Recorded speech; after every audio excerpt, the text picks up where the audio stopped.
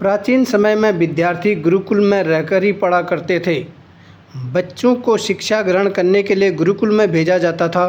बच्चे गुरुकुल में गुरु के सानिध्य में आश्रम की देखभाल किया करते थे और अध्ययन भी किया करते थे। वरदराज को भी सभी की तरह गुरुकुल भेज दिया गया।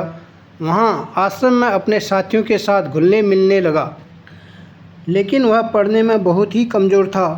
गुरुजी की कोई भी बात उसके बहुत कम समझ में आती थी। इस कारण सभी के बीच वह उपहास का कारण बनता है।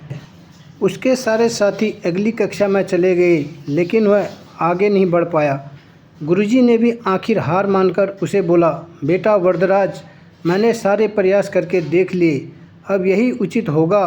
तुम यहाँ अपना समय बर्बाद मत करो, अपने घर चले जाओ और घर वालों की काम में मदद करो। वरदराज ने भी सोचा कि शायद विद्या मेरी किस्मत में नहीं है और भारी मन से गुरुकुल से घर के लिए निकल गया। दोपहर का समय था। रास्ते में उसे प्यास लगने लगी। इधर उधर देखने पर उसने पाया कि थोड़ी दूर पर ही कुछ महिला कुएं से पानी भर रही थी। वह कुएं के पास गया। वहाँ पत्थरों पर रस्सी के आने जाने से निशान बने हुए थे। तो उसने महिलाओं से पूछा, यह निशान आपने कैसे बनाए? तो एक महिला ने जवाब दिया, बेटे, यह निशान हमने नहीं बनाए, यह तो पानी खींचते समय इस कोमल रस्सी के बार बार आने जाने से ठोस पत्थर पर भी निशान बन गए हैं। वरदराज सोच में पड़ गया।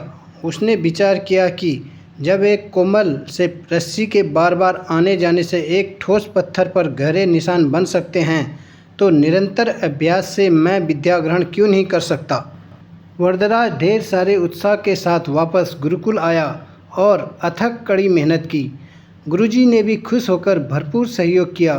कुछ ही सालों बाद यही मंदबुद्धि बालक वरदराज आगे चलकर संस्कृत व्याकरण का महान विद्वान बना, जिसने लघु सिद्धांत कौमुदी, मध्य सिद्धांत कौमुदी, सार सिद्धांत कौमुदी, गीर्वाण पद मंजरी की रचना की। दोस्तों, अभ्यास की शक्ति का तो कहना ही क्या है, यह आपके हर सपने को पूरा करेगी। अभ्यास बहुत ज़रूरी है, चाहे वो खेल में हो या पढ़ाई में या किसी और चीज़ में। बिना अभ्यास के आप सफल नहीं हो सकते हो। अगर आप बिना अभ्यास के केवल किस्मत के भरोसे बैठे रहोगे, तो आखिर में आपको पछतावे के सिवा और कुछ हाथ नहीं लगेगा। इसलिए अभ्यास के साथ धैर्य, परिश्रम और लगन रखकर आप अपनी मंजिल को पाने के लिए जुट जाएं। दोस्तों, आशा करता हूं कि आप लोगों को यह कहानी पसंद आई होगी। ऐसी ही प्रेरणादायक कहानियों को सुनने के लिए मेरे चैनल को सब्सक्राइब करें और अपने दोस्तों के साथ शेयर करें। Thank you.